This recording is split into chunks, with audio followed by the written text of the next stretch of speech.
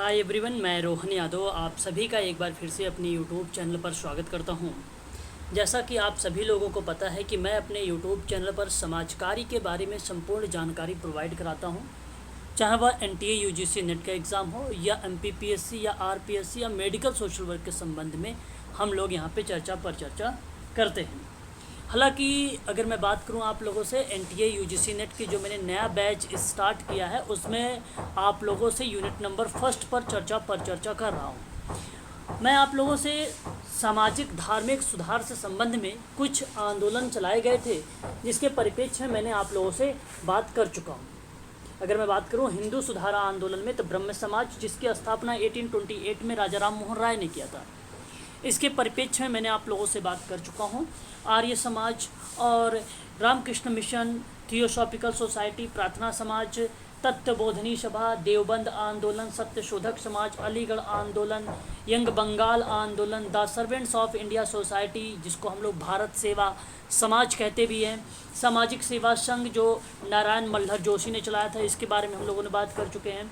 अहमदिया आंदोलन, ठीक है, परमहंस मंडली और अखिल भारतीय दलित वर्ग जो डॉक्टर भीमराव अंबेडकर के द्वारा मल्हार जाति के लिए चलाया गया था। आप भली भांति तरीके से जानते हैं इन सभी के बारे में कि मैंने आप सबको इसके बारे में चर्चा पर चर्चा कर चुका हूँ। तो आज मैं आप लोगों से एनटीए यूजीसी नेट समाजकारी में कुछ इम्पोर्टेंट चीज़ें बताना चाहता हूँ जो एग्ज़ाम में पूछा जाता है। जैसे कुछ प्रमुख सामाजिक सुधार रहे हैं, जो सामाजिक कुप्रथाएं रही हैं उसको समाप्त करने के लिए जो प्रयास किए गए हैं उससे संबंधित एनटीए यूजीसी नेट आप लोगों से प्रश्न पूछ सकता है। तो पहला यहाँ पे सामाजिक कुप्रथा के बारे में अगर मैं बात करूँ तो सती प्रथा है। तो इसके उन्मूलन की दिशा में किए गए जो प्रयास हैं इससे आप लोगों से यूजीसी प्रश्न पूछता है। तो ध्यान रखिएगा कि जो भारत में सती प्रथा का प्रथम उल्लेख था वो 510 ईसा के एरड़ अभिलेख में मिलता है। किसमें? एरड़ अभिलेख में मिलता है। और सर्वप्रथम 15वीं शताब्दी में कश्मीर के शासक सिकंदर ने इस प्रथा को बंद करवाया था। ये दूसरी पॉइंट है। पुर्तगाली वायसराय अल्बुकर्क ने 1510 ईस्वी में गोवा में इस प्रथा को बंद करवाया था। और यहाँ पे अगर चौथी बात करें तो राजा राम मोहन राय ने सती प्रथा का विरोध करते हुए ब्रिटिश सरकार से इसे बंद करवाने का अनुरोध किया था।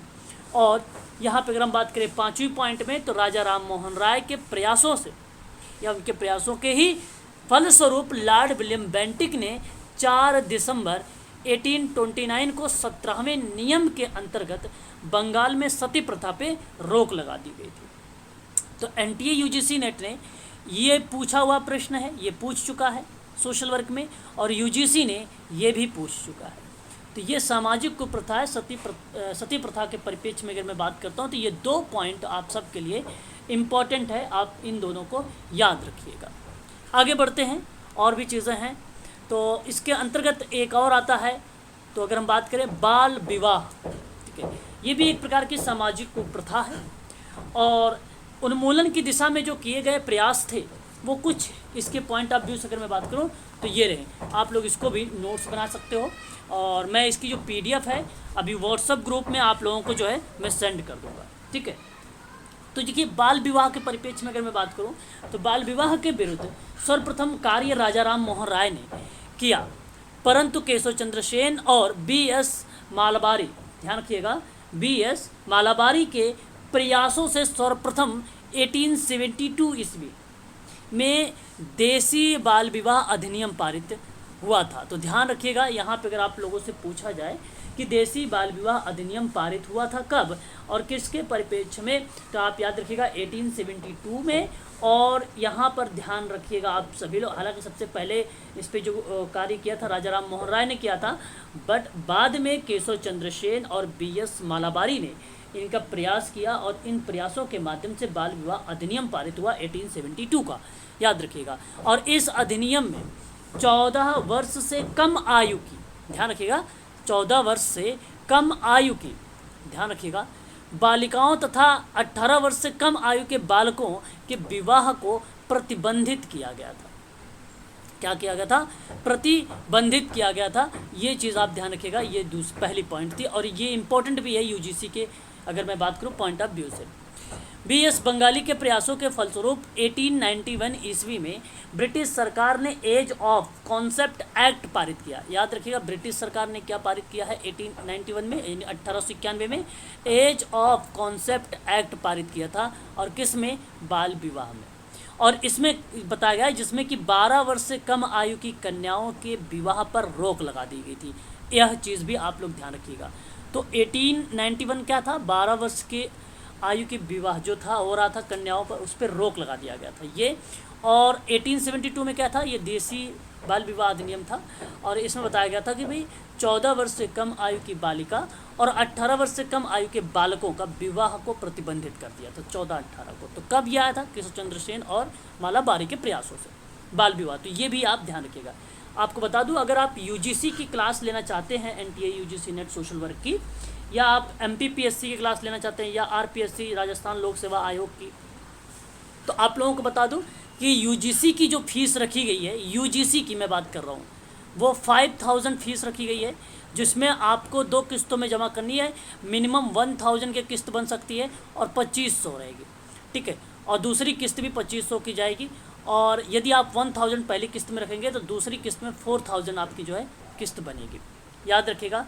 और अगर मैं बात करता हूँ कि एमपीपीएससी मेडिकल सोशल वर्क की बात करें या आरपीएससी की बात करें, तो उसकी फ़ीस 3500 रखी गई है, याद रखिएगा।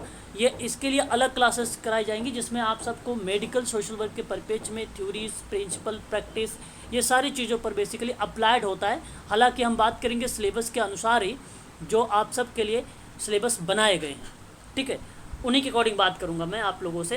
तो उसकी अलग बैच चलेगी। यदि आप इंटरेस्टेड हैं तो आप जो है 8506031308 पर आप संपर्क कर सकते हैं, व्हाट्सएप के माध्यम से भी और कॉल करके भी आप मुझसे संपूर्ण जानकारी प्राप्त कर सकते हैं। आगे बढ़ते हैं। एक सामाजिक और कुप्रथा है जो विधवा विवाह है। इसके प्रयास में अगर हम बात करें, कुछ प्रयास किए गए थे इसको समाप्त करने के लिए विधवा विवाह को लेकर।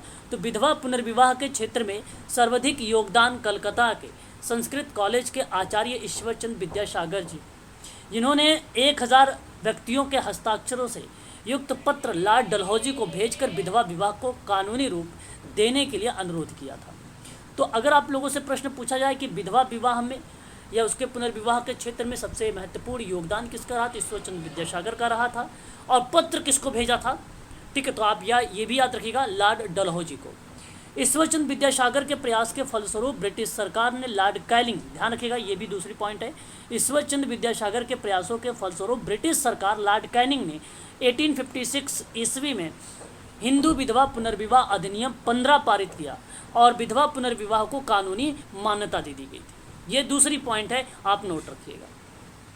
Professor DK. कर्वे की बात आप जानते हैं, धोढो केशव कर्वे।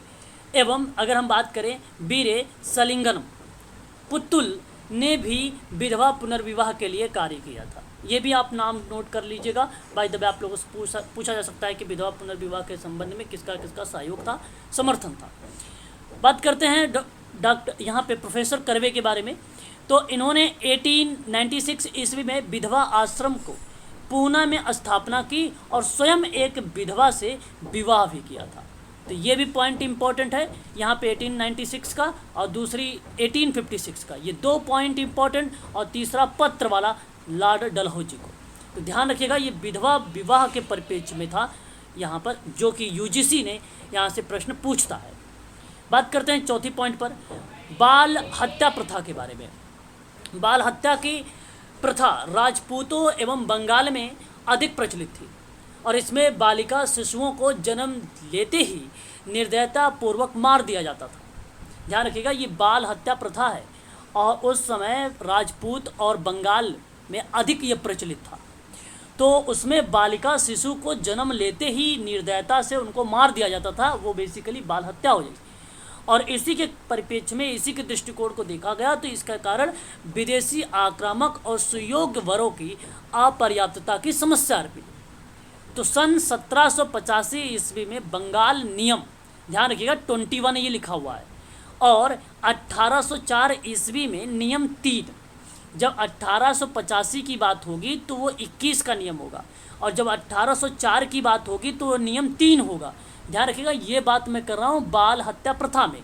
और इसी के अंतर्गत इस कुप्रथा को समाप्त करने की दिशा में जो है समर्थक या सार्थक प्रयास किए गए थे। इस चीज़ को आप ध्यान रखिएगा। बात करते हैं पॉइंट नंबर 5। बहुत इंपॉर्टेंट सवाल है ये, वनडे एग्जाम में हर कोई एग्जाम ये प्रश्न पूछा जाता है दास प्रथा को लेकर। भारतीय समाज में प्रचलित दास प्रथा को बंद करने के लिए 1823 में लिस्टर स्टैनहोप ने इंग्लैंड के ड्यूक ऑफ गोस्टर से अनुरोध किया था और इसके फलस्वरूप 1789 में दासों के निर्यात को प्रतिबंधित कर दिया गया था। ठीक है, बात करते हैं 1833 में। अगर हम बात करें, चार्टर एक्ट द्वारा ब्रिटिश सरकार ने दासता को गैर कानूनी करार दिया और 1843 ईस्वी में संपूर्ण भारत में प्रतिबंध कर दिया गया या प्रतिबंधित किया गया था दास प्रथा को। कब? 1843 में, याद रखिएगा। और 1860 की बात करें अगर हम लोग 1860 ईस्वी में, तो दासता को भारतीय दंड संहिता के द्वारा अपराध घोषित कर दिया गया था। भारत, अगर पूछा जाए भारतीय दंड संहिता के द्वारा बताइए कब अपराध घोषित किया गया, तो 1860 बताइएगा। और अब संपूर्ण रूप से अगर हम बात करें भारत में जो है प्रतिबंधित कर दिया गया कब, तो 1843। ये एग्जाम में प्रश्न पूछा गया है यूजीसी में। ठीक है, तो ये भी इंपॉर्टेंट है। बात करते हैं स्त्री शिक्षा पर। स्त्री शिक्षा में अगर बात करें तो भारतीय समाज में स्त्रियों को जो है स्त्रियों की दयनीय स्थिति को देखते हुए सर्वप्रथम ईसाई मिशनरियों ने 1819 में यानी 1819 ईस्वी में कलकत्ता में तरुण स्त्री सभा का स्थापना की गई। तो तरुण स्त्री सभा कब लाई गई थी? ये बेसिकली स्त्री शिक्षा के परिप्रेक्ष्य में बात किया जा रहा है। तो आप ध्यान रखिएगा, कलकत्ता में लाया गया था 1819 में, यानी आपसे अगर मैं बात करूँ 1819 में। बात करते हैं 1849 में, तो जेडी बेथुन ने शिक्षा परिषद के अध्यक्ष बने थे। कब बने थे? 1849 में। इन्हीं के द्वारा कलकत्ता में एक बालिका विद्यालय की स्थापना की गई थी। और स्त्री शिक्षा के लिए सर्वाधिक प्रयास जो किए गए थे वो ईश्वरचंद्र विद्यासागर ने किए थे और उन्होंने ही बंगाल में 35 बालिका विद्यालय स्थापित भी किए थे। और याद रखिएगा 1854 में यानी 1854 में गठित चार्ल्स वुड डिस्पैच में भी स्त्री शिक्षा का विकास का विशेष ध्यान दिया गया था। और 1926 में यानी 1926 में महिलाओं के उत्थान के लिए अखिल भारतीय महिला संघ की स्थापना की गई थी। कब? 1926 में। प्रोफेसर कर्वे ने स्त्री शिक्षा को बढ़ावा देने के लिए 1916 ईस्वी में पुणे में भारतीय महिला विश्वविद्यालय की स्थापना की थी। याद रखिएगा कब? 1916 में। किसने? प्रोफेसर डीके कर्वे ने। तो ये चीज़ें हैं, आप लोग को ध्यान रखना है, इंपॉर्टेंट है। अंग्रेजों के द्वारा बनाए गए कानून और अधिनियम थे, ये भी एग्जाम में प्रश्न पूछ लेता कि कौन उस समय गवर्नर जनरल थे। तो नवजात कन्या हत्या कानून की बात अगर हम करें तो जनरल गवर्नर थे जॉन शोर 1795 में। ठीक है, और ये बात इन्होंने इसकी अगर हम बात करें विशेषता को लेकर, तो ये नवजात कन्या हत्या कानून है किसके परिप्रेक्ष्य में, इसकी विशेषता क्या है? तो इसके द्वारा नवजात कन्याओं की हत्या पर रोक लगाने के परिप्रेक्ष्य में था। ये 1795 में। किसने ये बात की थी? जॉन शोर ने लगाई थी रोक। बाल अगर हम बात करते हैं बाल हत्या निरोधक कानून में, तो लॉर्ड वेलेज़ली का नाम आता है 1802 में और इसके द्वारा नवजात कन्याओं को मारने पर रोक लगा दी गई थी। सती प्रथा निषेध कानून था, ये विलियम बेंटिक का है 1829 में 1829 में। इसके द्वारा सती प्रथा पर कानूनी रोक लगाकर इसे हत्या माना गया था। और हिंदू विधवा पुनर्विवाह अधिनियम था, लॉर्ड डलहौजी का था 1856 में। इसके द्वारा विधवा विवाह को कानूनी मान्यता दी गई थी। और सम्मति आयु अधिनियम था जो लेस डाउन का, हालांकि एग्जाम में ये नहीं पूछा जाएगा, आप इसे निश्चिंत रहें, परंतु आप देख लीजिए 1891 में यानी 1891 में। ठीक, लेस डाउन सम्मति आयु अधिनियम को अभी मैंने आपको ऊपर पढ़ाया है। तो 12 वर्ष से कम आयु के बालकों के विवाह पर रोक लगाने की बात की गई थी। शारदा एक्ट काफ़ी इंपॉर्टेंट है आप सबके लिए, ये नोट कर लीजिए। लॉर्ड इरविन ने 1930 में यानी 1930 में बालकों के लिए विवाह की न्यूनतम आयु 18 वर्ष और बालिकाओं के लिए 14 वर्ष निश्चित की थी। लॉर्ड इरविन के समय में 1930 में शारदा एक्ट, हरविलास शारदा नाम भी इनका है। हिंदू महिला संपत्ति कानून था, ये लॉर्ड ऑकलैंड का था। 1937 में हिंदू महिलाओं को संपत्ति का अधिकार प्रदान करता था। और दास प्रथा निषेध लॉर्ड एलनबरो का था और ये काफ़ी इंपॉर्टेंट है। लॉर्ड एलनबरो अभी मैंने ऊपर बताया भी आप लोगों से। 1943 यानी 1843 के चार्टर अधिनियम द्वारा 1943 में दास प्रथा को प्रतिबंधित कर दिया गया था। तो दास प्रथा निषेध है लॉर्ड एलनबरो के द्वारा। ठीक है। तो मैं आप लोगों को यहाँ पर जो है एनटीए यूजीसी नेट समाज कार्य के बारे में 2022 के परिप्रेक्ष्य में बात कर रहा हूँ। आपको बता दूँ इसकी जो फीस है 5000 है, और यहाँ पर आपको 2 बार एग्ज़ाम में बैठने का मौका भी मिलेगा, 1 दिसंबर 2022 का एग्ज़ाम में और 1 जून 2023 के एग्ज़ाम में बैठने का मौका मिलेगा। 2 बार की फ़ीस मैं आप लोगों से यहाँ पर जो है प्रोवाइड करा रहा हूँ, ठीक है। यानी 5000 की फ़ीस में आप लोग 2 बार एनटीए यूजीसी नेट के एग्ज़ाम में बैठ सकते हैं। हालांकि अगर मैं आप लोगों से बात करूँ, और भी यहाँ पे एक्ट दिए गए हैं जो मैंने आप लोगों से बात कर चुका हूँ सभी एक्टों पर बारे में, ठीक है। रामकृष्ण मिशन हो गया आप लोगों से, शारदा एक्ट हो गया, ठीक है। और हिंदू सुधार आंदोलन की बात करते हैं, ब्रह्म समाज हो गया, आर्य समाज हो गया, ठीक है ना, प्रार्थना समाज हो गया, आदि ब्रह्म समाज, साधारण ब्रह्म समाज, रामकृष्ण मिशन, थियोसॉफिकल सोसाइटी, रहनुमाई, मजादायान, सभा एक था, देवबंद आंदोलन थी, अहमदिया आंदोलन था, अलीगढ़ आंदोलन, विधवा आश्रम, servant of India society, social service league, Satyashodhak Samaj इत्यादि के बारे में मैंने आप लोगों से चर्चा कर चुका हूँ। यदि आप अधिक जानकारी लेना चाहते हैं समाज कार्य के बारे में और नोट्स प्राप्त करना चाहते हैं, वीडियोस आप प्राप्त करना चाहते हैं, तो उसके लिए आपको क्या करना है, सबसे पहले कॉल करनी है। याद रखिएगा 8506031308, याद रखिएगा ये नंबर, और इसी नंबर पे आप मुझे व्हाट्सअप भी कर सकते हो और कॉल करके आप पूरा जानकारी ले सकते हो। आज के लिए बस इतना है।